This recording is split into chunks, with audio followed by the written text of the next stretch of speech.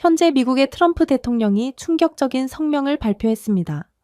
그는 한국에 주둔하고 있는 주한미군에 대한 철군 계획을 구체화했기 때문인데요. 그는 한국이 당장 주둔비 10배 인상과 3,500억 달러를 현금 일시불로 지불하지 않는다면 한국은 벌거벗은 채로 있게 될 것이라며 협박의 강도를 높였습니다. 그러나 이러한 말도 안 되는 불공정한 요구에 한국의 결단력이 빛을 발했습니다. 그리고 트럼프에 대항한 한국의 목소리는 전 세계가 주목하며 모두가 한국이 보여준 모습에 존경의 박수를 보내고 있는데요. 그렇다면 이러한 트럼프의 협박과 다름없는 위협 앞에서 한국이 어떻게 대응했던 것일까요? 안녕하세요. 제 이름은 다니엘 리드, 미국 국방부 차관입니다. 저는 20년 동안 창문이 없는 방에서 살았습니다. 사람들이 국가에 대해 체스말처럼 말하는 펜타곤에서 말이죠. 저는 그 중에서도 협상을 주로 맡았어요. 제 일은 무기를 발사하는 것이 아니라 다른 사람들이 패배했다는 사실을 깨닫기도 전에 항복하게 만드는 거였죠. 트럼프 대통령이 그날 아침 발표를 하자 국방부조차 침묵에 빠졌습니다. 한국이 미국의 보호를 원한다면 지금의 10배의 비용을 지불해야 할 것입니다. 그들이 거부하면 우리는 모든 군인, 모든 항공기, 모든 미사일을 즉시 끌 것입니다. 그리고 한국의 관세를 즉시 25% 인상하겠습니다. 언론은 이를 외교적 지진이라고 불렀습니다. 사실 이는 금융전쟁을 선포한 거였어요. 회의실에서 장군들은 걱정스러운 표정이 아니라 즐거운 표정이었습니다. 아시아 전략 책임자인 라이커 대령은 디지털 지도를 가리켰어요. 저 반도를 보세요. 그는 웃으며 말했습니다. 한국은 그냥 나라를 사칭한 반짝이는 휴대폰 공장일 뿐이죠. 미 해병대를 철수시키면 서울은 내일 아침 식사 전까지 끝날 것입니다. 방 안이 웃음바다가 되었습니다. 그의 맞은편에서 와킨스 제독은 커피를 휘저었어요. 레이더와 미사일이 없었다면 북한은 2시간 만에 서울의 절반을 파괴할 수 있었을 것입니다. 라고 그는 말했습니다. 중국은 한국이 유엔에 신고하기 전에 황해로 이동할 것입니다. 그들은 다시 웃었습니다. 그들에게 한국은 동맹국이 아니라 반짝이는 기기와 척추가 없는 의존적인 아이였어요. 여러분, 제가 웃음을 터뜨리며 말했습니다. 대통령은 코미디가 아닌 결과를 원합니다.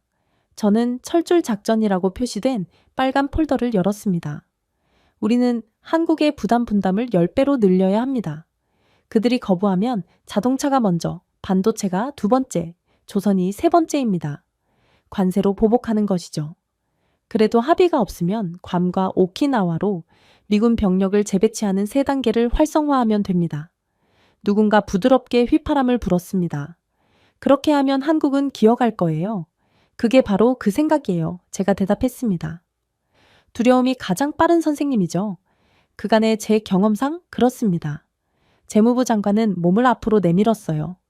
주한미군이 일부라도 빠져나간다고 발표하면 하룻밤 사이에 한국의 통화가 붕괴된다는 것을 알고 계실 겁니다.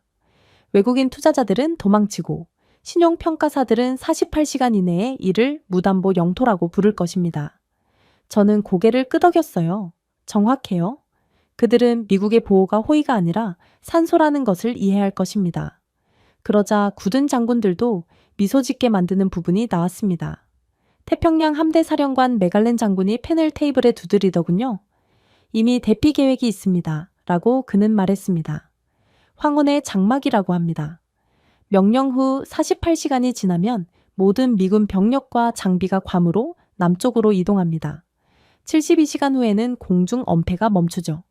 우리 없이는 한국의 영공은 가장 빨리 비행하는 사람의 것이 되어버립니다. 중국 동방 함대는 주말까지 황해를 건널 수 있겠죠. 그는 미소를 지었습니다. 맞는 말이었습니다. 미국에 있어 한국은 완벽한 역설이자 미국의 우산 아래 세워진 현대의 기적이었습니다. 한국의 경제는 번영했고 도시는 빛났지만 모든 것이 우리가 허락했기 때문에 존재할 수 있었어요. 미국의 주둔 기지가 없었다면 한국의 국경은 종이처럼 얇았죠. 한국과 단판을 지으러 출발하기 전에 저는 다시 한번 전략을 다듬었습니다. 첫 번째로 우리의 존재가 한국의 평화를 보장한다고 선포할 거야. 그 평화에는 대가가 따르는 법이라고 말하며 겁을 주는 거지. 그래도 굴복하지 않는다면 관세가 부과될 것이라고 협박하면 돼. 한국이 계속해서 버틴다면 주한미군을 싹 다 철수해버리겠다고 엄포를 놓으면 될 거야. 저는 우정을 가장한 협박처럼 자연스럽게 들릴 때까지 대사를 연습했습니다. 그리고 속으로 속삭였죠. 내가 서울을 떠날 때쯤이면 그들은 누가 목줄을 잡고 있는지 이해하게 될 거야. 그 순간 저는 그것을 완전히 믿었습니다. 그렇게 저는 회의실에 도착하게 됩니다. 회의실은 거의 눈을 멀게 할 정도로 밝았습니다. 광택이 나는 유리 테이블은 모든 움직임과 조급함의 경련을 반영하고 있었죠. 제 맞은편에는 차분한 얼굴의 보좌관들이 나란히 앉아 있었고 박민호 국방부 차관도 있었어요.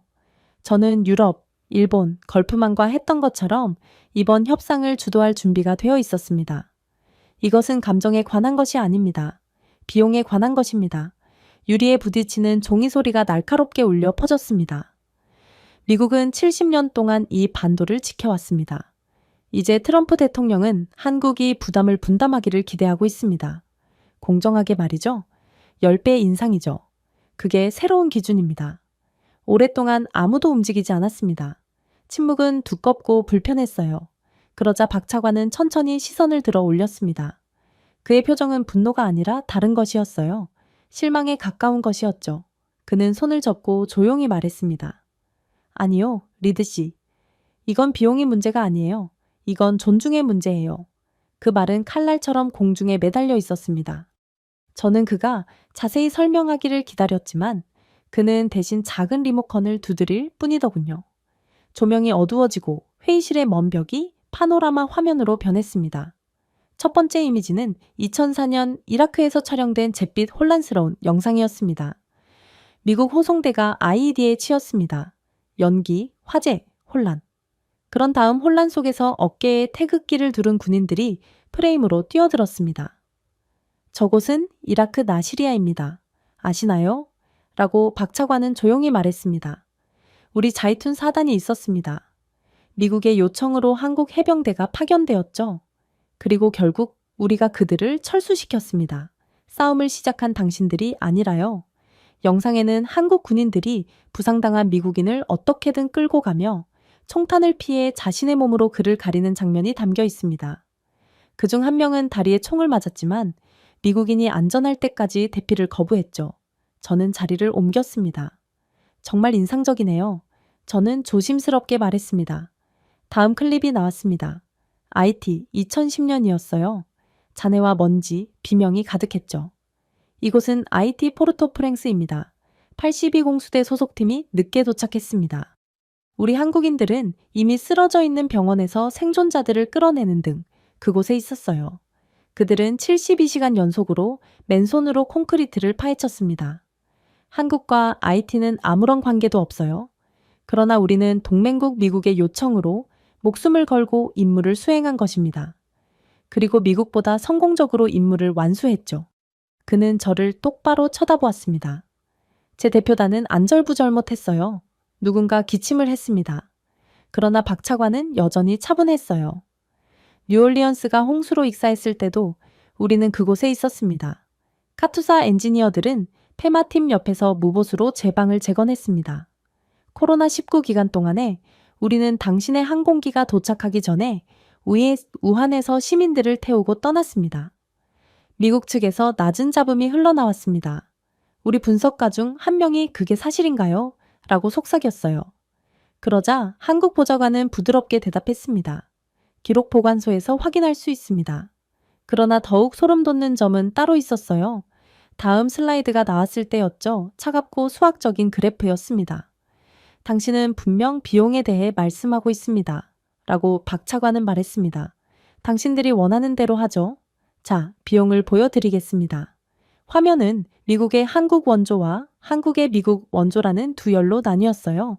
첫 번째 익숙한 숫자 아래 1950년대 마샬 플랜 지원, 군사 지원, 경제 협력이 적혀 있었어요. 미국이 한국을 도와준 부분이었죠. 두 번째는 한국이 미국을 도와준 부분이었습니다. 미국 기지 운영을 위한 연간 11억 달러 지원, 심지어 한국은 10년 동안 공동방위 R&D에 56억 달러를 투자했더군요. 93억 달러 상당의 토지와 인프라가 미군에게 임대료 없이 제공되었습니다. 그 다음으로 두 번째 목록이 나타났습니다. 비재무적 기여, 인도주의적 파병, 공동구조 임무, 미군에 대한 의료 지원, 총합은 하단에 나타났습니다. 추정치 412억 달러. 만약 우리의 동맹을 돈으로 측정한다면 박 차관이 조용히 말했습니다. 미국은 우리가 당신에게 빚진 것보다 더 많은 빚을 지게 될 것입니다. 주둔비를 10배로 올리려거든 마음대로 하세요. 다만 그렇게 한다면 오히려 당신들이 우리에게 더 많은 돈을 지급해야 할 것입니다. 저는 목이 조이는 것을 느꼈습니다. 제 보좌관 말로우가 제 쪽으로 몸을 기울이며 속삭였어요. 이건 브리핑에 없었어요. 그럼에도 박 차관은 아직 끝나지 않았습니다. 그는 다시 손짓을 했는데 벽에는 예상치 못한 이름들이 디지털 조명에 새겨져 있었어요. 이들은 당신의 부하들과 같은 깃발을 달고 외국 땅에서 전사한 한국인 군인들입니다. 베트남, 아프가니스탄, 이라크, 소말리아에서 말이죠. 당신들만 한국을 위해 희생한 것이 아니에요. 한국도 동맹국 미국을 위해 목숨을 바쳤거든요. 부상당한 미군 레인저 옆에 무릎을 꿇고 앉아 피를 흘리고 있는 젊은 한국 의료진이 카메라를 향해 희미한 미소를 짓고 있는 사진이 찍혔습니다. 이 사진이 찍힌 지 10분 후에 그는 사망했습니다. 라고 박 차관은 말했습니다. 그는 당신의 군인에게 마지막 모르핀 주사기를 사용했습니다. 이제 방 안에는 아무도 말을 하지 않았습니다.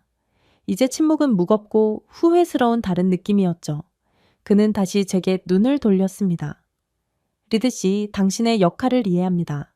트럼프 대통령은 당신에게 숫자에 대해 이야기하라고 했겠죠. 하지만 충성심은 어떻게 평가하나요? 동맹을 위한 희생은 어떻게 측정할 생각이죠? 저는 평정심을 유지하려고 노력했습니다. 차관님, 당신은 미국의 존경심을 가질 필요가 있습니다.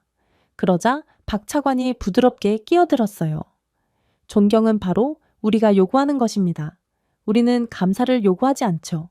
하지만 우리는 보호를 위해 협상하는 고객처럼 대우받지 않을 것입니다. 우리는 당신들과 피를 흘리며 당신들과 함께 지었고 다른 누구도 원하지 않을 때조차도 미국 곁에 서 있었습니다. 다음 영상은 굳은 동료들도 놀라게 했습니다. 괌 앞바다에서 해군 구조 임무를 수행하던 중 촬영된 영상이었어요. 미국 선박 한 척이 태풍에 휘말렸고 조난 신고는 미국 선박이 아닌 한국 구축함인 문무대왕함이 받았습니다. 한국 선원들은 반쯤 익사한 미국인들을 갑판으로 끌어올려 담요로 감쌌어요. 박 차관은 저를 쳐다보았습니다. 우리는 그것을 달러로 계산한 것이 아닙니다, 리드 씨. 우리는 목숨을 구한 것으로 계산했습니다. 제 경력에서 처음으로 데이터보다 더 강력한 존엄성 아래서 제 주장이 무너지는 것을 느꼈습니다. 한국 대표단은 웃지 않았어요. 그들은 그저 아무것도 증명할 것이 없다는 듯 차분하고 흔들리지 않고 앉아있을 뿐이었습니다. 저는 제 노트와 비용 효율성과 전략적 부담에 대한 문구를 내려다보았습니다. 이제 그 말이 터무니없이 느껴졌어요. 제 팀원 중 한 명이 우리는 바보처럼 보인다. 라고 속삭이는 소리를 들었습니다. 그렇게 저는 첫 번째 회의에서 완전히 패배하고 말았죠. 미국 최고의 천재 협상가라고 불리던 제가 한국 앞에서 아무 말도 못한 채 그대로 괴멸당하고 만 것입니다. 그러나 저는 좌절하지 않았어요. 아직 협상은 몇 번 더 남아 있었거든요. 저는 간신히 마음을 추스른 채 다음 일정을 소화하러 떠났습니다. 캠프 험프리스를 향해 내려오면서 헬리콥터 블레이드가 아침 공기를 가르고 있었어요. 위에서 보면 캠프 험프리스 기지는 마치 미국 도시가 한국 땅에 떨어진 것처럼 보였습니다. 교회 주택, 축구장, 학교, 병원이 끝없이 늘어섰어요. 잠시 동안 캔자스로 돌아간 듯한 묘한 편안함이 느껴졌습니다. 하지만 뭔가 신경 쓰였습니다. 너무 완벽하고 너무 새롭고 너무 광활했거든요. 착륙할 때 공기 중에는 희미한 연료 냄새와 신선한 아스팔트 냄새가 났습니다. 저는 주한미군 사령관 로버트 헤이즈 장군의 환영을 받았습니다. 그는 평생 규율 속에서 살아온 사람의 자세, 단단한 어깨, 꾸준한 눈빛, 소리를 지르지 않고 권위를 지닌 목소리를 가지고 있었습니다. 험프리스에 오신 것을 환영합니다, 리드 씨. 그는 손을 흔들며 말했습니다. 우리는 당신을 기다리고 있었습니다. 그는 저를 지휘센터로 안내했습니다. 유리벽으로 장식된 건물은 매니큐어를 칠한 잔디밭과 동일한 집들로 가득한 바다를 내려다보고 있었어요. 벽 안에는 비무장지대에서 태평양까지 이어지는 실시간 작전, 물류지도, 기상 시스템을 보여주는 거대한 모니터가 줄지어 있었습니다. 기지는 조용하고 정돈된 생활로 가득 차 있었죠. 헤이즈는 이것은 미국 본토 밖에서 가장 큰 미군 시설입니다. 라고 자랑스럽게 말했습니다. 알아요. 제가 대답했습니다. 그리고 우리가 그것을 지어서 다행이에요. 그는 약간의 재미를 느끼며 고개를 살짝 돌리더군요. 미국이 이 시설을 구축했다고요? 그는 어이없다는 듯 웃으며 저에게 따라오라고 손짓했습니다. 당신은 먼저 무언가를 볼 필요가 있어요. 저희는 회의실에 들어갔습니다. 테이블 위에는 태블릿 한 개가 놓여 있었어요. 헤이즈는 태블릿을 제 쪽으로 밀어주었습니다. 그는 비용에 대해 논의하기 전에 이것을 읽어보세요. 라고 말했어요. 저는 파일을 열었습니다. 재무 데이터 줄이 화면을 가득 채웠어요. 저는 찡그렸습니다. 페이지에는 믿을 수 없는 충격적인 숫자가 적혀 있었거든요. 캠프 험프리스 건설 108억 달러, 그중 106억 달러는 대한민국이 지원합니다. 연간 기지 유지 보수, 주거비, 공공요금 13억 달러 한국 납세자가 부담합니다. 미군 가족을 위한 새로운 학교, 미국식 슈퍼마켓, 의료센터 등은 모두 한국이 자금을 지원하고 건설했습니다. 저는 고개를 들었어요. 잠깐만, 그들이 이걸 지불했다는 건가요? 미국이 아니라요? 헤이즈는 고개를 끄덕였습니다. 거의 다요. 이 기지의 모든 도로, 모든 전력선, 모든 유치원 교실 등 그들은 그럴 필요가 없었음에도 우리의 동맹국들 중 미국의 가장 큰 헌신을 한 국가입니다. 한국은 진심으로 미국의 고마움을 느끼는 것 같아요. 하지만 그럴 수가 없어요. 제가 말했습니다. 트럼프 대통령은 대부분의 부담을 미국이 짊어지고 있다고 말했거든요. 저를 파견 보낼 때조차도 한국이 하는 말은 전부 거짓말이니 믿지 말라고 했죠. 그는 그저 조용히 웃었습니다. 대통령은 정치에 필요한 것만을 말할 뿐입니다. 그러나 현실은 조금 다른 법이죠. 그는 지평선을 가리키며 창문으로 걸어갔습니다. 저 초등학교 보이시죠? 한국 엔지니어들이 미국 교육부 기준에 맞게 설계했어요. 길 아래에 병원이 보이나요? 한국 납세자들이 우리 가족을 위해 지었어요. 심지어 한국 정부가 자금을 지원하고 한국인 직원들이 고용되어 있는 소방서까지요. 저는 창밖을 내다보았습니다. 겨울 햇살 아래 하얀 집들이 줄지어 있었고 각각은 미국의 어느 교외 지역과도 구별할 수 없었습니다. 한국은 미군들의 적응을 위해 정말로 미국을 한국으로 그대로 옮겨왔어요. 주한미군 자녀들은 영어 단어로 표시된 코트에서 농구를 했습니다. 모든 깃대에는 양국의 색이 완벽하게 정렬되어 있었죠. 그들은 우리에게 집을 주었습니다. 헤이즈가 부드럽게 말했습니다. 하지만 한국은 우리에게 모든 것을 희생하고도 아직도 의심을 받고 있을 뿐이네요. 그의 말이 따끔거렸습니다. 태블릿으로 돌아섰습니다. 유틸리티, 토지 이용, 인프라 등 더 많은 것이 있었습니다. 한국은 기지를 건설했을 뿐만 아니라 토지를 임대료 없이 제공했습니다. 총 추정 가치는 20년 동안 350억 달러였어요. 헤이즈는 다시 화면을 두드렸습니다. 그리고 돈뿐만이 아닙니다. 한국은 미군 기지 하나만을 위해 전체 고속도로를 구해하고 지역 사회를 이주시키고 물류를 지원하기 위해 우리 기지 주변에 새로운 도시를 건설했습니다. 험프리스를 위한 공간을 마련하기 위해 얼마나 많은 한국 가정이 이사해야 했는지 아세요? 저는 그저 고개를 저었습니다.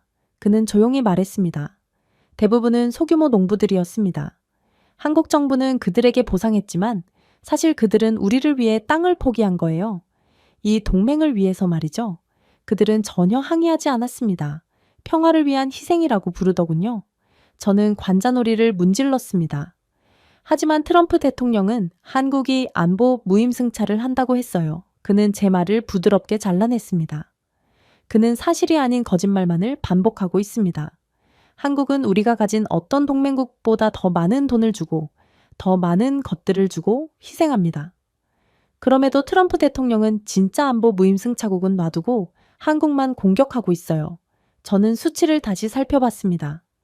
98%, 한국은 미국을 위한 모든 것의 98%를 부담하고 있었어요.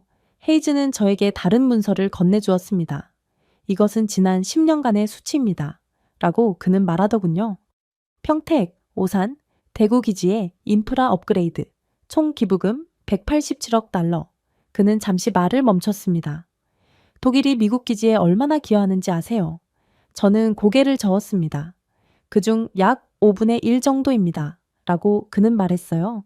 그리고 일본도 마찬가지죠. 오직 한국만이 동맹을 따르고 있습니다. 창밖에는 군인들이 햇볕 아래서 군복을 환하게 입고 조깅을 하고 있었습니다. 그들 뒤에는 건설 크레인이 스카이라인을 점치고 있었죠. 기지는 여전히 확장되고 있었습니다. 한국은 계속해서 미군 기지를 위해 투자를 아끼지 않고 있던 거였죠. 한국은 왜 그렇게까지 하나요? 저는 조용히 물었습니다. 다른 동맹국들처럼 아니오라고 할 수 있었는데 도대체 왜 그렇게 많이 쓰고 많이 주는 거죠? 헤이즈는 기대 쪽을 내다보았습니다. 그들이 기억하기 때문이죠. 라고 그는 말했습니다. 그들은 1950년 겨울을 기억합니다. 동맹국이 오지 않을 때의 상황을 기억해요. 그리고 그들은 다시는 그런 상황에 직면하지 않기로 결정했습니다.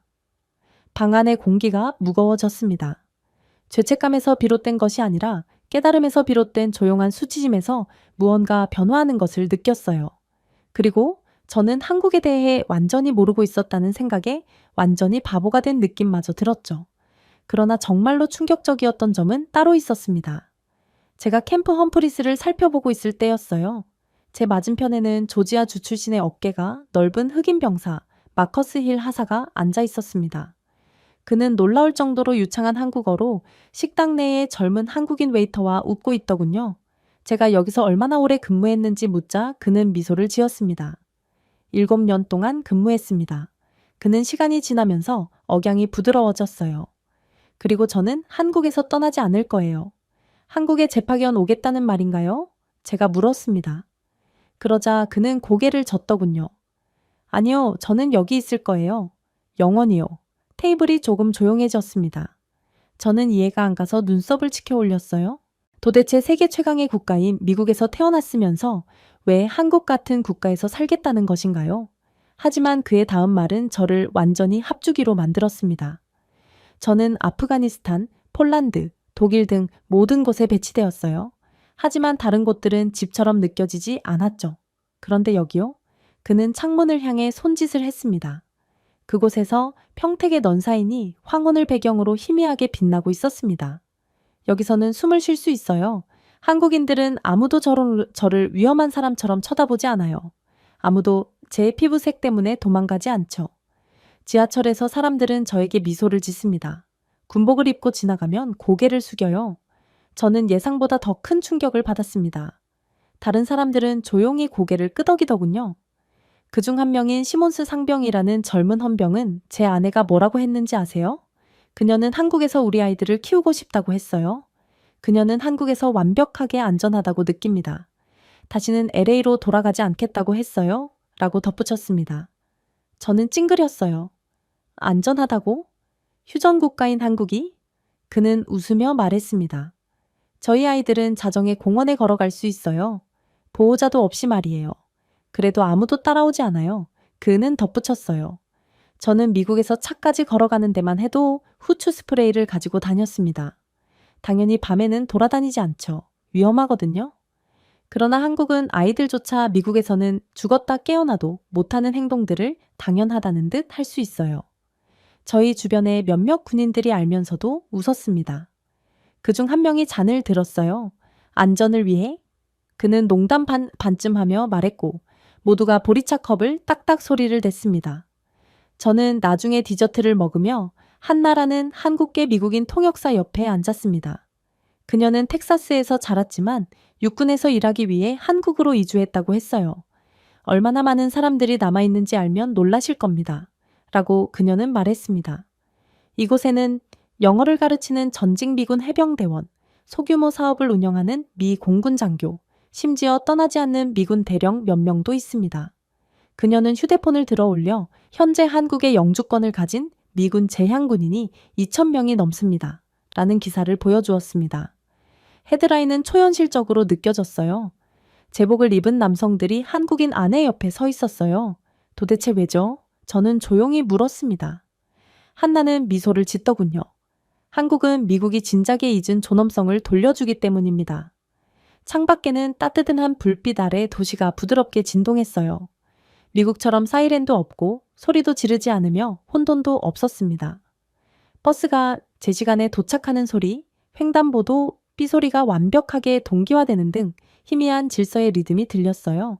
옆에 있던 마커스 하사가 다시 몸을 기울였습니다. 왜인지 아세요? 그가 말했습니다. 한국인들은 정말로 정겨운 사람들이거든요. 아이들은 부모님께 고개를 숙여 인사해요. 경찰은 소리를 지르지 않고 도와주죠. 심지어 청소년들도 노인들을 존경합니다. 저는 고향보다 여기서 선생님이라는 말을 더 많이 들었어요. 또 다른 군인인 카터 중위도 합류했습니다. 그는 시카고 출신으로 두 아이의 아버지였습니다.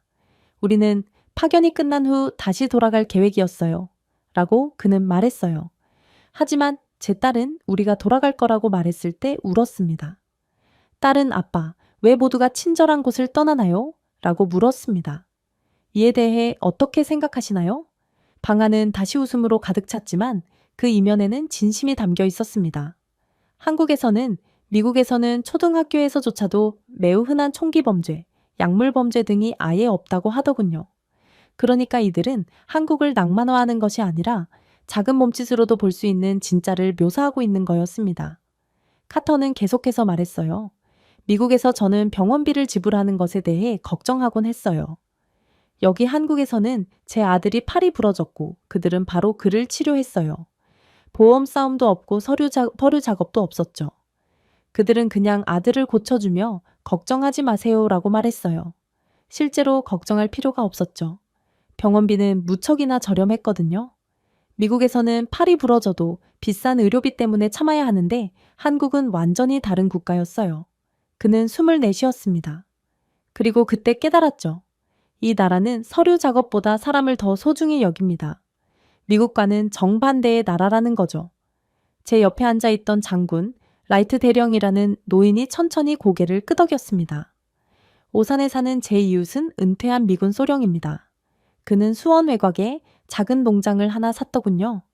딸기를 재배하고 있어요. 미국으로 돌아가지 않고 여기 한국에서 죽을 거라고 하더군요. 왜요? 제가 물었습니다. 라이트는 희미한 미소를 지으며 그가 말해줬어요. 은퇴 후 처음으로 자신이 유용하다고 느낀 곳이라고 말이죠. 한국인 지역 주민들은 그를 멘토처럼 대합니다. 아이들은 그를 할아버지라고 부르죠. 한국인들은 생전 처음 보는 그를 위해 온실을 함께 지어주고 트랙터를 고치는데 도움을 주기까지 했다고 하더라고요. 그는 자신은 미국에서는 고장난 시스템에 잊혀진 사람일 뿐이지만 여기 한국에서만큼은 무언가의 일부가 될 수 있었다며 눈시울을 붉혔어요. 저는 할 말을 잃었습니다. 마커스에게 집이 그리우냐고 묻자 마커스는 웃더군요. 솔직히 바베큐 소스가 그리워요. 라고 그는 말했습니다. 하지만 있잖아요. 한국식 바비큐가 그 맛을 보완해줘요. 그래서 딱히 그립지 않습니다. 테이블 전체가 웃었지만 유머에는 진실이 담겨 있었습니다. 그날 밤늦게 저는 기지밖의 조용한 거리를 혼자 걸었습니다. 공기는 상쾌했고 카페의 너는 부드럽게 깜빡였어요. 한국인 커플들은 손을 잡고 걸었고 여학생들은 벤치에서 간식을 나눠 먹었고 한 노인은 편의점 앞에서 낙엽을 쓸어내렸습니다. 그 리듬 속에는 모든 것을 하나로 묶는 지극히 인간적인 것이 있었습니다. 저는 이윽고 작은 놀이터를 지나갔습니다. 한 무리의 아이들이 술래잡기를 하며 밤새 웃음소리가 울려 퍼졌어요. 캐주얼한 옷차림의 두 명의 미군이 근처에 서서 지켜보고 있었죠. 그중 한 명은 저녁 식사 때 본 적이 있는 라틴계 남성이었습니다. 아름답지 않나요? 라고 그는 말하더군요. 미국에서 어두워진 후에는 절대로 이런 모습을 볼 수 없잖아요. 그의 말이 틀리지 않았습니다. 미국에서는 안전하다고 느끼기 위해 울타리와 경보기를 만들었습니다. 하지만 여기 한국에서 그들은 신뢰를 쌓았어요. 그걸로 충분했죠. 그날 밤 저는 달빛 아래서 펄럭이는 쌍둥이 깃발 아래에 서자 저는 한국이 민주주의의 자칭 수호자인 미국조차도 하지 못한 일을 했다는 것을 깨달았습니다. 그것은 두려움에서 비롯된 것이 아니라 상호 존중에서 비롯된 질서를 형성한 사회였죠. 제 인생에서 처음으로 왜 이렇게 많은 미군들이 떠나지 않는지 깨달았습니다. 편의성, 문화, 심지어 안전에 관한 것도 아니었습니다. 훨씬 더 희귀한 것에 관한 것이었죠. 한국인들은 평화를 찾았습니다. 그리고 전쟁에서 평생을 보낸 군인으로서 그것은 미국이 제공할 수 있는 어떤 깃발, 어떤 월급, 어떤 약속보다도 더 가치가 있었어요. 그리고 저는 처음으로 이 협상에서 제가 과연 한국을 이길 수 있을지 두려워지기 시작했습니다. 미국 최고의 협상가인 제가 말이죠. 그래서 저는 다음날 다시금 헤이즈 장군을 찾아갔습니다. 그가 아무리 한국을 옹호하고 있더라도 아무튼 그는 미군 소속이었으므로 이번 협상에서 유리한 결과를 이끌어낼 다양한 한국의 약점을 알려줄 거라고 기대했어요. 그리고 캠프 험프리스에서 헤이즈 장군은 얇은 미소와 두꺼운 파일로 저를 맞이해 주더군요. 정말로 미국이 카드를 쥐고 있다고 생각하세요? 그는 태블릿을 테이블 너머로 미끄러뜨리며 말했습니다. 그러면 누가 정말 거인을 똑바로 세우고 있는지 보는 것이 좋을 거예요. 그는 화면을 두드렸습니다. 즉시 무역로, 제조 허브, 에너지 라인의 지도가 나타나 모두 한 지점에 모여있는 한국이 나타났어요. 미 국방부는 이를 전략적 의존이라고 부르지만 저는 현실이라고 부릅니다. 다시 말해 미국은 현재 한국에 전적으로 의존하고 있어요. 라고 그는 말했습니다. 첫 번째 그래프는 단검이었습니다. 미국 방위 시스템에 사용되는 모든 첨단 반도체의 38%가 한국산이었어요. 미사일, 위성, 레이더 모듈, 심지어 유도 시스템까지 모두 한국산 실리콘으로 작동했죠. 헤이즈는 한국이 수출을 중단하면 6개월 이내에 미국 방위망의 절반이 실명합니다. 그리고 이는 보수적인 추정치입니다. 라고 말했어요. 그는 다른 차트를 확대했습니다. 메모리 칩. 한국은 이 분야에서 전 세계 점유율 60%입니다. 디램이요? 61%죠.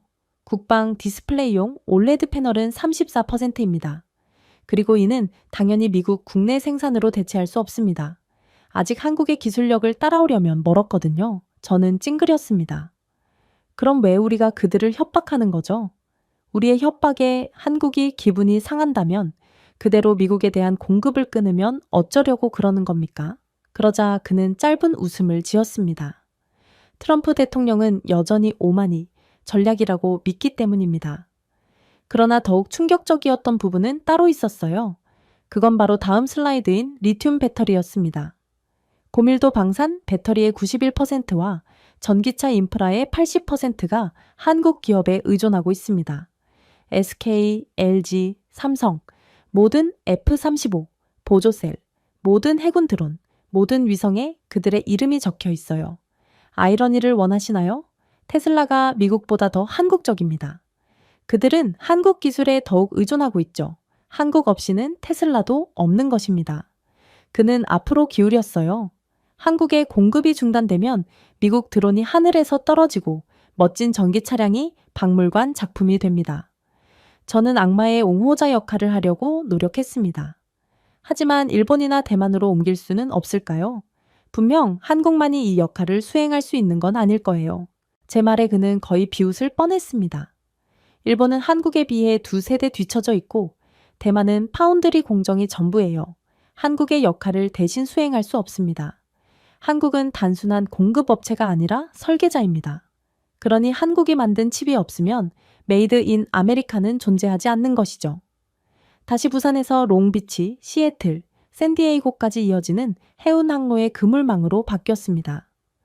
미국 태평양 화물의 28%가 한국 해운 노선을 통해 운송됩니다. 라고 헤이즈는 말했습니다. H&M, 현대글로비스, 페노션 등 이 이름들은 워싱턴에서는 크게 들리지 않을 수 있지만 사실상 미국 경제의 동맥입니다. 이 이름들이 멈추면 미국은 2주 만에 공황을 경험할 수 있어요. 한국이 없으면 미국은 끝이라는 소리입니다. 패닉이요? 제가 반복했습니다. 그는 고개를 끄덕이더군요. 2주 만에 롱비치 항구가 쾅쾅 소리를 냅니다. 식료품 물류가 무너지기 시작합니다. 자동차 조립 공장에는 마이크로 컨트롤러가 부족해지겠죠. 3주가 지나면 캘리포니아와 텍사스의 식료품, 진열대가 반쯤 비어있게 될 것입니다. 더 쉽게 설명해 드릴까요? 한국이 재채기를 하면 미국은 폐렴에 걸립니다. 그는 더 나아가 울산 조선소를 보여주며 투광등 아래 광활하고 눈부신 모습을 보여주었어요. 한국은 전 세계 LNG 운반선의 80%, 전체 유조선의 절반, 컨테이너 톤수의 40%를 건조합니다. 반면에 우리 해군의 건조선은 10년 동안 24시간 작동해도 그 생산량에 미치지 못했습니다. 왜 우리의 신형 구축함이 지연되는지 궁금하신가요? 한국이 더 이상 만들 수 없는 철강을 만들기 때문이죠. 이래도 미국이 한국 없이 뭔가를 할 수 있다고 주장할 셈인가요? 이어진 침묵은 국방부의 어떤 논쟁보다도 무거웠습니다. 그는 한국은 또한 전 세계 제트 연료의 12%를 정제합니다. 미국의 함대는 한국이 정제한 기름을 태우죠. 우리의 항공모함은 디젤로 움직입니다. 한국이 밸브를 닫으면 제7함대는 나흘 만에 마비됩니다. 라고 말했어요. 사일이요. 저는 믿기지 않는다는 듯이 반복했습니다. 트럼프가 겸손함을 배우는 데는 고작 나흘 만이 걸리는 것입니다. 라고 그는 말했어요. 헤이즈는 차분하고 신중하게 커피 한 잔을 따라 마셨어요. 미국은 한국을 마치 하청업체처럼 대하지만 한국의 미국에 대한 의존은 결국 수십 년 동안 우리의 능력을 약화시켜 왔습니다.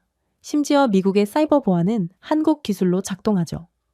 또한 삼성 모뎀, LG 광링크, SK텔레콤 위성 등 한국은 알고 보면 미국이 자랑하는 디지털 신경계를 대신 구축한 상태입니다. 헤이즈는 24이었습니다. 그들은 부품, 선박, 에너지, 심지어 육지까지 우리에게 모든 것을 주었습니다. 한국은 우리의 기지를 수용하고 무기를 제작하고 있음에도 여전히 우리 보고 감사하다고 말하고 있죠. 한국은 미국이 사용하는 것에 대한 대가를 치릅니다. 한국은 미국의 군인들을 오히려 안전하게 지켜주죠. 하지만 그 대가로 우리는 텔레비전에서 그들의 충성심에 의문을 제기합니다. 저는 침묵을 지켰습니다. 그는 다시 저를 쳐다보았어요. 그들이 이런 미국의 압박과 협박에 지치면 어떻게 될지 알고 싶어요. 만약 그들이 그냥 멈추기를 선택한다면, 전쟁도 항의도 아니고 그냥 멈춰버린다면 어떻게 될까요? 그는 마지막 슬라이드로 넘어갔습니다. 미국 경제 영향 시뮬레이션, 한국 수출 30일 중단 빨간색 글씨로 미국 GDP는 단 한 개월 만에 4.6% 급락한다고 적혀 있었어요. 국방작전 준비 상태는 47%만큼 급락했죠. 공급망 복구 시간은 최소 18개월이었습니다. 18개월 말이에요. 한국이 코드를 뽑는다면 미국은 기계를 재시작하는데 1년 반이 걸린다는 소리였어요. 헤이즈는 태블릿을 내려놓고 조용히 말했습니다. 그들은 단 한 번의 결정으로 우리의 환상을 끝낼 수 있습니다. 한국은 단순히 미국에 대한 공급망을 끊겠다고 선언하면 끝이에요. 하지만 그들은 그러지 않았죠. 우리가 동맹을 맺을 자격이 없는 한심한 국가더라도 한국은 여전히 우리를 믿어주기 때문입니다. 그날 밤 저는 기지 밖으로 걸어 나갔습니다. 울타리 너머로 평택의 스카이라인은 크레인, 컨테이너 스택, 검은 하늘을 배경으로 빛나는 먼 공장 등 회로처럼 반짝였어요. 살아있어 보였습니다. 그리고 그때 저는 이 나라가 강력해지기 위해 외칠 필요가 없다는 것을 깨달았습니다. 이미 숫자가 한국의 강력함을 말해주고 있었거든요. 70년 동안 한국은 감동을 주기 위해가 아니라 견디기 위해 재건해왔습니다. 한국은 외국의 기지를 위해 농지를 희생하고 신뢰를 위해 이익을 희생했으며 이제 아시아뿐만 아니라 미국을 지탱하는 산업 네트워크를 구축했어요. 심지어 미국이 의심을 품을 때조차도 안정성, 혁신, 정밀성을 제공했죠. 저는 우리가 그들의 방패라고 생각하며 이곳에 왔습니다. 하지만 두 개의 깃발 아래에 서 있을 때 하나는 오래되고 강력하며 다른 하나는 작지만 굴하지 않는 깃발 아래에 서자 마침내 진실을 알게 되었죠. 한국은 더 이상 미국의 힘 뒤에 서 있지 않았습니다. 오히려 한국이 앞에 있었죠. 그렇게 저는 아무것도 얻지 못한 채 다시 협상을 위한 회의장에 들어갔어요. 한국 국방부 고위관리는 그저 말없이 보고서를 올려놓더군요. 태평양 사령부의 임무 핵심 데이터인 물류, 정찰, 통신의 71%가 한국 네트워크를 통과하거나 서울의 데이터 센터에 미러링 되었습니다. 서버는 단순히 연결된 것이 아니라 통합되어 있었어요. 플러그를 당기면 태평양 극장의 절반이 어두워지고 말았죠. 한국은 그저 객관적인 사실만으로 저를 침묵시킨 것입니다. 평택 물류 허브에서도 마찬가지였어요. 자동화된 크레인 행렬이 24시간 시계 태엽처럼 차량과 장비를 움직였는데 이를 실행하는 한국형 AI 시스템은 저희도 모르게 인도 태평양 공급망 전체를 최적화하고 있었어요. 그는 당신들의 항공기는 날 수 있지만 우리 시스템이 없으면 착륙할 곳이 없을 것이라며 정중한 미소를 짓더군요. 그러나 더욱 충격적이었던 점은 따로 있었어요. 국방부 관계자는 생각지도 못했던 말을 해왔거든요. 주한미군 분담금 10배를 내라고요? 차라리 그냥 주한미군을 철수시키세요. 왜 돈은 오히려 한국이 받아야 하는 수준이라는 것을 아직도 모르는 겁니까? 미국 태평양 항공기의 42%가 한국 시설에서 서비스되거나 개조됩니다. 인도 태평양군의 물류 처리량의 38%가 한국 인공지능이 관리하는 항구를 통해 유입되죠. 그리고 태평양에 미국 해군 데이터 노드 11개 중 9개는 부산의 해저 네트워크를 통해 동기화되고 있어요. 한국이 없으면 미국은 인도 태평양에서 완전히 영향력을 잃게 된다는 것입니다. 이 말은 미국은 중국의 패권을 빼앗기게 된다는 것을 뜻하죠. 분하지만 그의 말이 옳았어요. 한국의 물류 및 디지털 중추가 없다면 미국의 태평양 준비 태세는 21일 이내에 47% 하락할 것이라는 미 국방부의 자체 내부 예측이 이를 확인시켜 주었습니다. 지역 분쟁에 대한 평균 대응 시간은 3배로 증가하고 미국 동맹국 간의 정보 동기화는 기능 수준 이하로 떨어질 것입니다. 즉, 주한미군 병력이 집으로 돌아가는 비행기에 탑승하기도 전에 억지력이 무너질 거라는 뜻이었죠. 함께 한국으로 왔던 미군 제독은 결국 회의가 끝난 뒤 주먹을 내려치고 말았어요. 젠장, 우리가 그들을 만들었습니다. 그는 외쳤습니다. 하지만 이제 그들은 우리에게 없어서는 안 될 존재가 되었습니다. 하지만 그가 깨닫지 못한 것은 한국이 미국을 능가하려고 한 적이 없다는 것이었습니다. 한국은 미국이 당연하게 여겼던 정밀함, 신뢰성, 그리고 내구성을 단순히 완벽하게 해냈을 뿐이었죠. 한국은 단순히 기지만 제공한 것이 아니었어요. 미국의 인프라를 구축했고 항구 엔지니어, 네트워크를 하인이 아닌 조용한 건축가로서 제공했죠. 그간 한국의 시스템의 조용한 효율성 덕분에 태평양은 숨을 쉴 수 있었습니다. 한때 자랑스러웠던 미국산 미사일 방어 시뮬레이션에 사용되던 AI 프로토콜도 이제 한국산 프로세서로 구동되고 있어요. 한국의 사이버 방어망이 없었다면 태평양 사령부를 겨냥한 적대적 디지털 침입의 90%가 미국 시스템에 직접 도달할 수 있었을 것입니다. 그날 밤 저는 반짝이는 서울 스카이라인 위에 서서 역사가 어떻게 반전되었는지 생각했습니다. 수십 년 전 전쟁으로 폐허가 된 한반도를 재건하기 위해 미국 엔지니어들이 도착했습니다. 그러나 이제 미국을 지탱하는 것은 한국의 기술, 규율, 안정이었죠. 방패가 회로가 된 것입니다. 미국이 주한미군 철군 위협을 계속한다면 한국만 약해지는 것은 아니었습니다. 미국은 미군을 기능하게 만든 숨겨진 그물망인 자체 신경계를 해체하는 꼴이 될 거예요. 그래서 한국은 미국이 절대로 주한미군을 철수할 수 없을 거라는 것을 잘 알고 있는 모양이었죠. 저는 결국 미국의 인도 태평양 사령부에 긴급 영상통화를 걸었어요. 그리고 그들은 미국이 그동안 외면했던 충격적인 자료를 공개하더군요. 주한미군 철수 후 1년 이내에 미국의 지역 영향력은 48% 감소할 것입니다. 일본, 괌, 필리핀에 있는 미국 기지는 한국의 물류, 주유소, 레이더 동기화에 의존해왔습니다. 이들 기지가 없다면 미국 항공기는 동일한 목표에 도달하기 위해 8시간의 비행시간이 추가로 필요하지만 신속 대응 임무의 성공률은 절반 가까이 떨어지게 되죠. 다음은 재무보고서였습니다. 트럼프 대통령은 한국이 미군 주둔 비용의 10배인 연간 약 100억 달러를 지불할 것을 요구하며 무임승차를 하고 있다고 비난했습니다. 하지만 인도 태평양 사령부는 아무도 예상하지 못한 것을 제시했는데 한국이 매년 미국의 이익을 위해 창출하는 총 경제적 가치가 640억 달러를 초과한다는 것입니다. 여기에는 방위 계약, 항공 우주 부품, 반도체 공급, 조선, 물류 등이 포함되며 각각 한국 기지 주변에서 활동하는 미국 기업과 직접적으로 연결되어 있었죠. 우리는 한국을 보호하고 있다고 생각했습니다. 그러나 실제로 한국은 우리 경제를 보호하고 있던 셈이었어요. 저는 미국이 한국에 진출하는 데 1달러를 쓸 때마다 경제적 수익이 13달러씩 증가한다는 차트를 응시했어요. 그것은 동맹이 아니라 신성한 이자율을 가진 투자였음에도 트럼프는 이에 10배를 요구하는 거였어요. 결국 협상은 침묵으로 끝났습니다. 상황은 바뀌었고 분위기는 반전되었어요. 제 경력에서 처음으로 답을 찾는 사람은 저였습니다. 저는 더 많은 지불, 더 많은 준수, 더 많은 충성심 증명을 요구하기 위해 서울에 왔지만 이제는 충성심이 무슨 의미인지 의문을 품게 되었죠. 저는 답답한 마음에 사무엘 하퍼 장군과 만남을 갖게 됩니다. 그는 당시 전설이자 한국전쟁의 영웅, 태평양 사령부의 최연소 준장이었습니다. 하지만 제가 가장 주목한 것은 마지막 부분이었어요.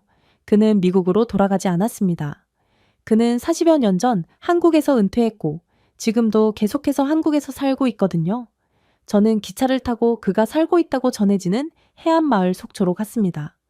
공기는 차갑고 맑았고 유리창 너머로 무에서 유를 재건한 나라의 상징인 동해 위로 풍력 터빈이 돌아가는 것이 보이더군요. 마침내 그의 집에 도착했을 때는 저택이 아니라 물이 내려다 보이는 소박한 집이었습니다. 현관에는 한국 국기 옆에 오래된 미국 국기가 깔끔하게 접혀 있었죠. 그는 한 손에 지팡이를 들고 무장해제된 미소를 지으며 저를 맞이했습니다. 워싱턴에서 왔다고 그는 나이가 들면서 목소리가 갈라져 말했습니다. 주한미군이 떠나는 것에 대해 물어보러 왔지? 저는 망설이다가 고개를 끄덕였습니다. 그러자 그는 조용히 웃으며 앉으라고 손짓하더군요. 잘 봐. 내게 뭔가를 물어보러 왔지만 당신은 이미 답을 알고 있잖아. 커피를 마시며 그는 제게 자신의 이야기를 들려주었습니다. 1951년 그가 시작했습니다. 내가 살아남은 가장 추운 겨울이었어. 중국의 방역으로 부대가 끊겨버렸지. 우리는 36명의 미군, 어쩌면 60명의 한국 군인으로 이루어진 협곡에 갇혀버렸어. 밤이 되자 우리의 희망도 무너졌지. 그때 일이 일어났어. 대부분의 한국인들은 도망가기를 거부했거든. 한 한국인 하사는 내가 다리를 맞고 희망을 완전히 놔버린 채 쓰러져 있자 기관총 사격을 받으면서도 반마일 이상을 날 업고 다녔어. 피를 흘리며 나를 업었고 그는 총알에 맞아 팔이 부러졌음에도 절대로 나를 포기하지 않았지. 그는 의무 텐트에 도착할 때까지 절대로 멈추지 않았어. 같은 미군 동료들도 나를 포기했지만 한국인들은 절대로 나를 포기하지 않았던 거야. 그는 잠시 멈춰서 파도를 바라보았습니다. 하지만 결론적으로 나는 그 덕분에 해냈지만 그는 결국 해내지 못했어. 의무 텐트에 도착하기 바로 직전에 그는 그대로 쓰러진 채 다시는 일어나지 못했거든. 침묵이 방 안을 가득 채웠습니다. 그의 말에서 멀리서 들리는 총성의 메아리가 들렸어요. 한국인들은 그날 내게 무언가를 가르쳐 주었어. 라고 하퍼는 부드럽게 말을 이어갔다. 미국에서는 형제애를 슬로건처럼 이야기하지. 쓰러진 동료를 절대로 두고 가지 말라는 그런 슬로건 말이야. 그러나 한국에서 그건 본능이야. 그들은 누구도 남기지 않아. 명령 때문이 아니야. 그게 옳은 길이기 때문이지. 그는 저에게 눈을 돌렸습니다. 미군의 신조인 절대로 부상당한 동료를 홀로 남겨두지 말래가 어디서 왔는지 알아? 바로 한국이야. 한국 전쟁 당시 우리가 먼저 그들이 하는 것을 봤어. 그 군인들은 서로를 위해 지옥을 기어다녔고 우리는 그들의 용기를 빌렸을 뿐이야. 멋지고 고상해 보이는 그 슬로건은 전부 한국을 그대로 베꼈을 뿐이라는 거지. 목이 조여졌습니다. 장군님, 진심으로 정말 미국이 한국에 그렇게 많이 의존하고 있다고 믿으시나요? 그러자 그는 슬프게 미소를 지었습니다. 의존? 그는 강조를 위해 지팡이를 바닥에 두드리며 말했습니다. 한국이 없으면 미국은 거울을 잃어버리는 셈이야. 명예를 걸고 싸우는 법, 잿더미에서 재건하는 법을 가르쳐준 사람을 잊어버리는 거지. 미국은 동맹의 의미를 잊어버리고 마는 거야. 그런 나라에 희망과 미래가 있을 리 없어. 그는 지평선 위 현대 한국의 스카이라인이 희미하게 반짝이는 창문 쪽으로 움직였습니다. 저기 보여? 이 나라는 한 번 죽었고 강철보다 더 날카롭게 돌아온 나라야.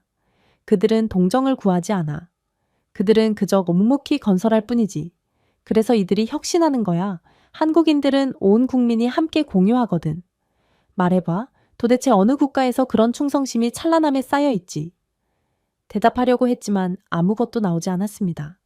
하퍼는 한숨을 쉬며 몸을 뒤로 젖혔습니다. 나는 원래 한국 전쟁이 끝나면 집으로 돌아가기로 되어 있었어. 워싱턴에서 진급 제안까지 했지. 하지만 나는 결국 남기로 했어. 여기서 본 것을 잊을 수 없었기 때문이지. 나는 이곳에서 영광을 위해서가 아니라 서로를 위해 싸우는 사람들을 봤어. 부츠를 신지도 않고 서리에 물린 손가락을 가진 소년이 참외에서 동료를 들어 올리며 함께 가자 라고 외치는 것을 봤어. 그는 희미하게 미소를 지었습니다. 그래서 나는 이곳에서 삶을 살기로 결정한 거야. 나는 현지 한국인 간호사와 결혼했어. 두 언어를 구사하는 아이들을 키웠지. 그리고 매일 아침 나는 깨어나 죽음을 거부한 이 땅에 감사하고 있어. 이 땅은 내게 가족을 주었고 다시 믿음을 주었거든. 그러자 그의 표정이 진지해졌습니다. 워싱턴은 절대 이해하지 못해. 그들은 동맹이 거래라고 생각하거든. 더 많이 지불하고 더 많이 받는 그런 것 말이야. 하지만 이건 슈퍼마켓이 아니야. 이건 언약이지. 그는 천천히 서서 현관에 있는 두 개의 깃발을 가리켰습니다. 저기 보여? 한국과 미국은 고객 관계가 아닌 형제이기 때문에 나는 항상 두 깃발을 나란히 두고 있어. 성조기는 자유를 상징해. 태극기는 회복력을 의미하지. 함께라면 바로 생존을 의미하게 되는 거야. 저는 그에게 몇 주 동안 가지고 있던 질문을 던졌습니다. 장군님, 한국이 없었다면 미국이 정말 몰락할 것 같나요? 그 물음에 그는 눈을 고정한 채 저를 쳐다보았습니다. 한국이 없었다면 미국은 애초에 패권국으로 발돋움할 수도 없었겠지. 그는 오래된 책장으로 걸어가 액자에 담긴 사진을 꺼냈습니다. 그 사진은 그와 젊은 한국 군인들의 흑백 이미지로 헬멧의 얼굴이 반쯤 가려져 있고 눈은 반항적이었습니다. 이 사람들은 낙동강에서 방어선을 지켰어. 그들이 없었다면 한국도 없었을 것이고 한국이 없었다면 태평양 동맹도 없었을 거야. 오늘날 그 정신은 미국의 제트기, 위성, 선박에 동력을 공급하고 있어. 한국은 미국이 감사 인사를 잊었더라도 항상 미국의 하늘을 지켜주고 있지. 그는 사진을 뒤집었습니다. 뒷면에는 색이 바랜 잉크로 쓴 6개의 이름이 모두 한국어로 적혀 있었습니다. 한국인들은 돈을 위해 싸운 것이 아니야. 두려움보다 더 큰 것을 믿었기 때문에 기꺼이 싸운 거지. 액자를 내려놓으며 그의 손이 약간 떨렸습니다. 나는 나를 결코 떠나지 않은 한 남자에게 목숨을 빚지고 있어. 그리고 미국은 우리를 포기하지 않은 국가의 안정을 빚지고 있지. 미국은 기지비용을 지불할 수 있고 청구서에 대해 논쟁할 수 있지만 일부 빚은 달러로 갚을 수 없는 법이야. 트럼프는 반드시 그 사실을 알아야 해. 방은 다시 조용해졌고 밖에서는 바람 소리만 들렸습니다. 장군님, 제가 속삭였습니다. 왜 돌아가지 않으셨나요? 그는 미소를 지으며 향수를 불러일으켰습니다. 바로 여기서 미국이 되어야 할 것을 찾았으니까. 정직한 일, 고난 속의 명예, 깨지지 않는 공동체. 그걸 여기서는 우리에겐 없는 단어인 정의라고 불러. 보상을 요구하지 않는 연민을 의미하지. 그는 제게 커피 한 잔을 더 따라주었습니다. 한국은 나를 2번 구해줬어. 한 번은 전장에서, 한 번은 삶에서. 그래서 나는 여기서 죽기로 결정한 거야. 미국이 아니라 말이야. 저는 말을 찾기 위해 고군분투하며 컵을 내려다보았습니다. 그러나 한국의 지금껏 해온 일을 생각해보니 임무, 데이터, 협상 등 모든 것이 갑자기 작고 유치해 보였습니다. 그리고 하퍼는 마지막으로 저를 쳐다보았어요. 한국이 미국의 보호가 필요하다고 착각하지 마. 사실 우리가 그들의 보호가 필요한 거야. 그들은 우리가 과거에 무엇을 지지했는지 상기시켜 주거든. 우리가 왜 한국 전쟁에 적극적으로 참전했을까? 지금 우리는 그 정신을 잊었어. 하지만 한국인들은 그 정신을 아직까지도 간직하며 후손들에게 물려주고 있지. 그게 우리와 그들의 차이점이야. 상쾌한 오후로 들어서자.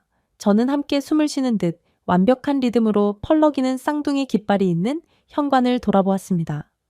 저는 처음으로 그 유대감의 무게를 느꼈습니다. 권력의 동맹이 아니라 감사의 표시로 말이죠. 서울로 돌아오는 기차 안에서 저는 그의 말을 몇 번이고 되풀이했습니다. 불을 뚫고 온 사람을 버리지 마. 이제 이해했습니다. 한국은 우리가 보호한 동맹국이 아니었습니다. 우리를 그 어느 때보다 멀리 데려다 준 것은 바로 친구였습니다. 결국 저는 희미하게 미소를 지을 뿐이었어요. 결국 저는 빈손으로 미국에 돌아와서 긴급회의를 소집했습니다. 그리고 주한미군 방위비, 분담금 인상 협박은 미국의 도구로 돌아온다는 것을 연설했어요. 한국에는 다음과 같은 속담이 있습니다. 가장 잔잔한 물을 시험하지 말라는 것이죠. 한국은 분명 동맹국인 우리를 위협하지는 않을 것입니다. 하지만 우리가 우크라이나처럼 그들을 버리면 그들은 스스로를 방어할 것입니다.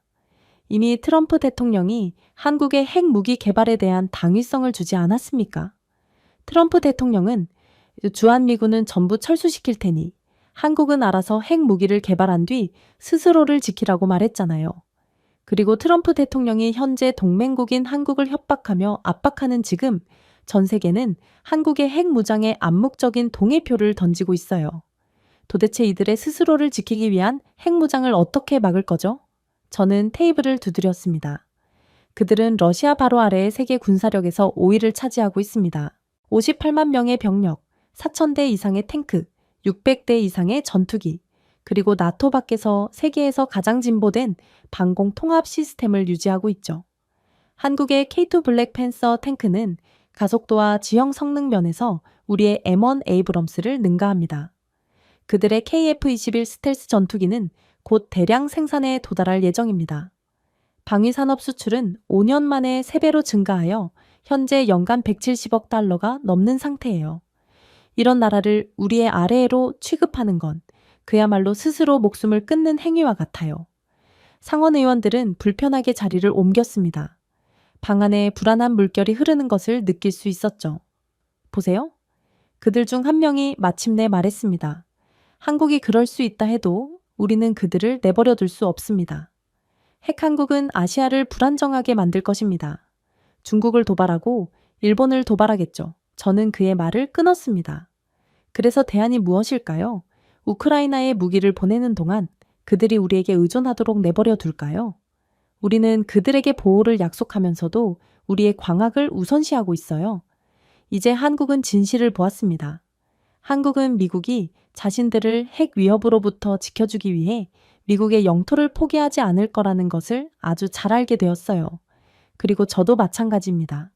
우리는 더 이상 방패가 아니라 불확실성입니다. 분석가 중 한 명이 속삭였습니다. 그래서 당신 말은 우리가 한국의 핵무장을 허용해 주어야 한다는 건가요? 저는 고개를 저었습니다. 그들은 더 이상 우리의 허락이 필요하지 않다고 말하는 거예요. 브리핑은 계속되었습니다. 저는 현재 한국 국민의 72%가 핵무장을 지지한다는 데이터를 제시했는데 이는 공격이 아니라 생존을 위한 것입니다. 설문조사에 따르면 한국 국민의 거의 80%가 향후 10년 내에 미국이 핵무장을 완전히 보호할 수 없을 거라고 답했습니다. 우크라이나 다음으로, 아프가니스탄 다음으로 누가 한국의 핵무장을 비난할 수 있을까요? 마지막 슬라이드인 글로벌 억제 지표를 비교한 차트로 넘어갔습니다. 현재 원자로, 용량과 미사일 기술을 갖춘 한국은 10개의 탄두, 완전한 이동성, 완전한 지휘 무결성 등 100일 이내에 작전 억제력을 구축할 수 있습니다. 숫자는 놀랍지만 진실은 간단했습니다. 능력이 문제가 아니었습니다. 자제력이 문제였죠. 미국이 핵무장을 허용해 주냐 아니냐의 문제일 뿐이었습니다. 맥갤런 상원 의원은 몸을 뒤로 저렸습니다. 그래서 무엇을 제안하시는 건가요? 우리가 독립적인 핵 한국을 지지해야 한다고 말하는 건가요? 저는 방을 둘러보았습니다. 당신은 요점을 놓치고 있습니다. 우리는 이미 그들을 억제함으로써 그들의 핵 무장을 지지하고 있는 것과 같아요. 한국의 자제력이 아시아를 안정적으로 유지하는 원동력입니다. 그들은 70년 동안 확대보다는 협력을 선택해왔어요. 하지만 우리가 그들을 계속 부양가족처럼 대한다면 한국의 인내심은 끝나고 균형이 바뀔 것입니다. 다른 보좌관이 속삭였습니다. 만약 한국이 변심하게 된다면? 그렇게 된다면 우리는 파괴가 아닌 규율을 통해 이를 얻은 최초의 진정한 민주적 원자력의 탄생을 보게 될 것입니다. 저는 잠시 멈춰서 말을 끊었습니다. 한국은 위협이 아닙니다. 제대로 된 억지력의 미래죠. 한국이 핵 개발에서 우리를 앞지를 수 있다고 말하는 건가요? 라고 한 상원 의원이 천천히 말했습니다. 저는 테이블을 둘러보며 고개를 끄덕였죠. 저는 한국 원자력 인프라의 방대한 지하 지도인 첫 번째 슬라이드를 작성했습니다. 한국에는 24기의 원자로가 가동 중입니다. 4기가 더 건설 중이죠. 한국은 전 세계 원자력 에너지의 10%를 공급하고 있으며 고장률은 0.00007%로 지구상에서 가장 낮은 수치를 기록하고 있습니다. 한국전력과 한국원자력연구원의 엔지니어들은 수개월이 아닌 몇 주 만에 조립할 수 있는 정교한 모듈형 시스템을 갖추고 있습니다. 저는 더 확대했습니다. 그리고 저는 APR 1400의 다이어그램을 가리켰습니다. 이건 단순한 동력로가 아닙니다. 이는 규율의 상징입니다. 모든 회로, 모든 센서, 모든 소프트웨어 라인은 한국의 자체 기술력으로 설계되었습니다. 핵심은 단 하나의 외부 부품도 없다는 거예요. 이는 완전한 자율성을 의미합니다. 의존성이 없습니다. 그러니 한국은 핵무기 개발에 어떠한 외부의 도움도 필요하지 않은 것입니다. 방은 조용해졌습니다. 저는 계속해서 말했어요. 열화학적 분리를 통한 재처리 능력, 이미 그들의 연구 프로토타입에서 완전히 테스트되었습니다. 중성자 포획 효율은 전 세계 평균보다 23% 높습니다. 한국은 핵무기도 없는 국가임에도 세계에서 가장 뛰어난 핵 기술을 가진 셈이죠. 한국이 핵 분열성 물질이나 저농축 우라늄에 접근하면 4주 이내에 무기급 동위원소를 생산할 수 있습니다. 그리고 이를 수행하기 위해 외부 원심 분리기가 필요하지 않습니다. 그들은 자체적으로 핵 분열을 일으킬 수 있는 기술력을 갖고 있거든요. 뒤쪽에 있던 과학자 중 한 명이 마침내 말을 했습니다. 한국이 한 달 안에 완전한 핵 억지력을 개발할 수 있다는 말씀이신가요? 저는 그의 눈을 마주쳤습니다. 그들이 원한다면 더 짧은 시간 안에 할 수 있다고 말하는 거예요. 디스플레이를 바꿨습니다. 다음 슬라이드에는 검은색, 세련되고 무섭게 우아한 현무5 미사일이 등장했습니다. 이것은 프로토타입이 아닙니다. 라고 말했습니다. 작전용입니다. 8톤 탑재량, 사거리 3,000km, CEP는 1.5m 미만입니다. 바다 건너편에서 창문 크기의 목표물을 타격할 수 있습니다.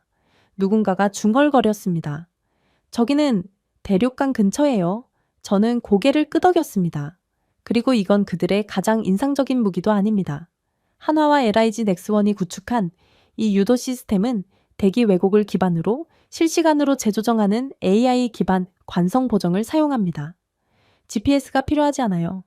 궤도에 있는 모든 위성이 오프라인 상태가 되더라도 미사일은 여전히 제자리를 찾을 수 있습니다. 즉, 무조건 적을 명중시킨다는 소리입니다. 여기에 핵탄두가 탑재된다면 전 세계는 한국이 원한다면 100% 끝장낼 수 있다는 뜻이 됩니다. 모두가 경악을 하고 있을 때 제가 말했습니다. 하지만 한국은 그것을 자랑하지 않습니다. 그들은 그것을 스마트 억지력이라고 부릅니다.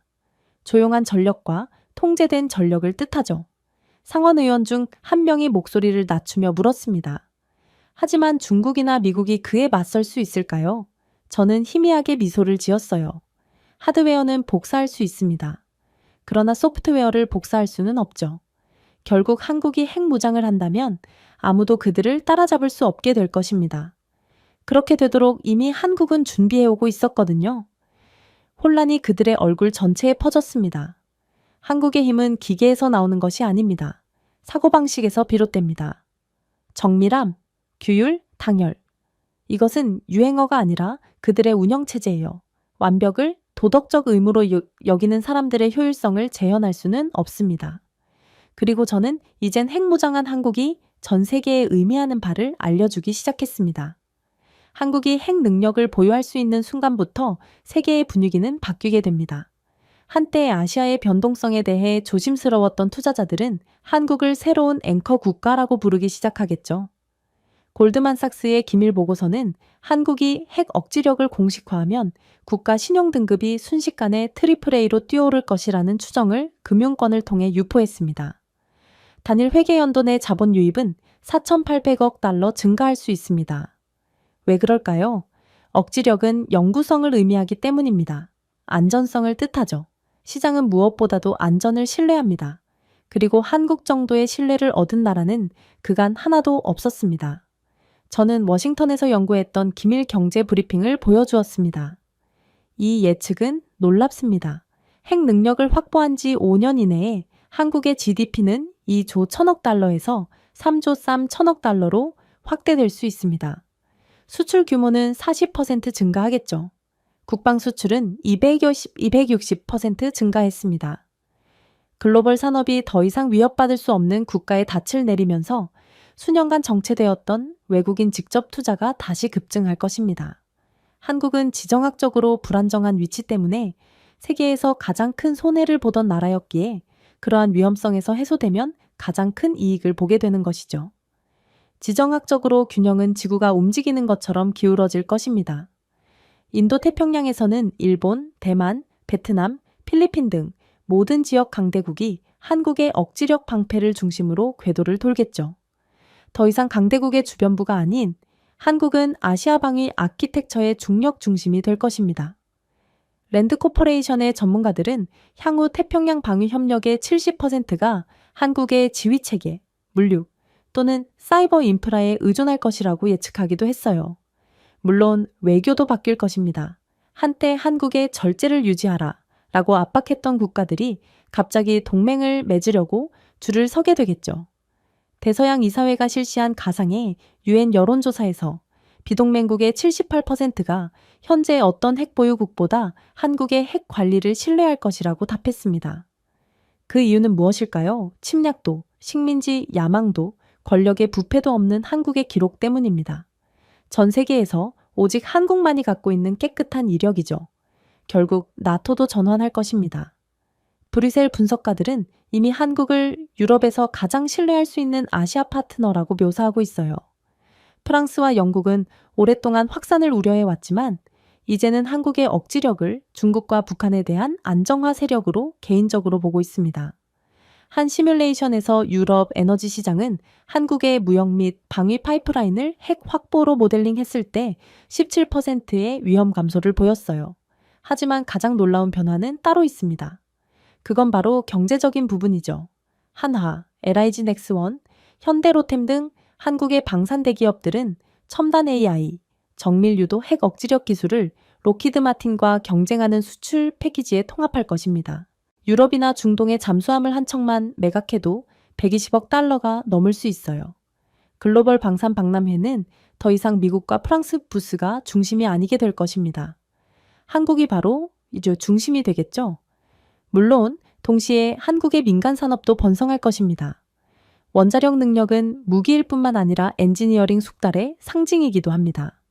소형 모듈화형 원자로, 원자력 추진 시스템 또는 융합 연구개발 파트너를 찾는 국가들은 한국을 가장 먼저 바라보게 될 것입니다. K-뉴클리어 브랜드는 글로벌 에너지 시장을 재정의할 수 있습니다.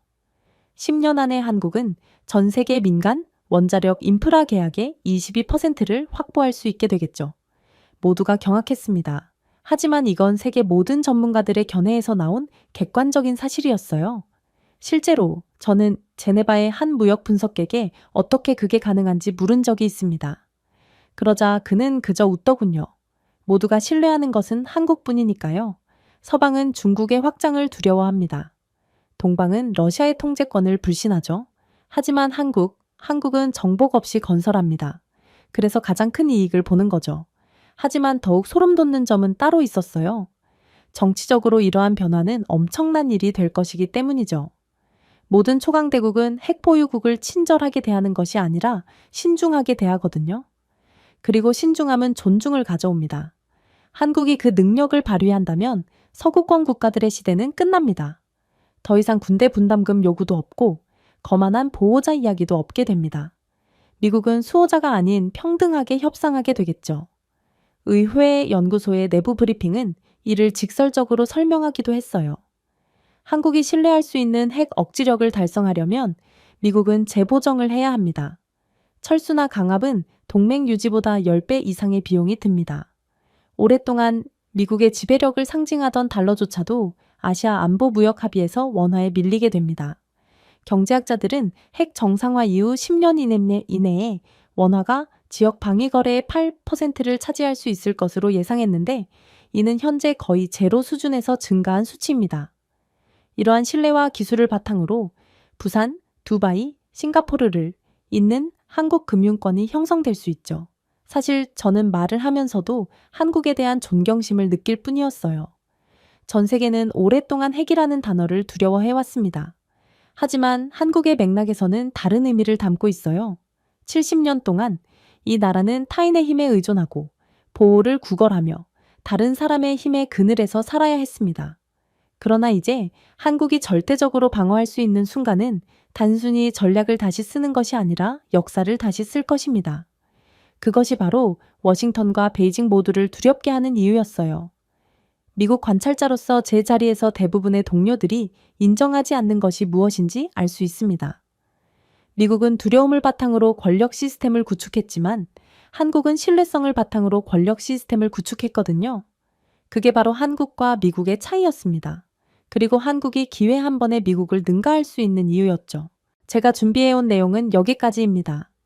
끝까지 시청해주셔서 진심으로 감사드리며 여러분들의 구독과 좋아요, 알림 설정은 영상 제작에 큰 힘이 됩니다. 이상 세모튜브였습니다.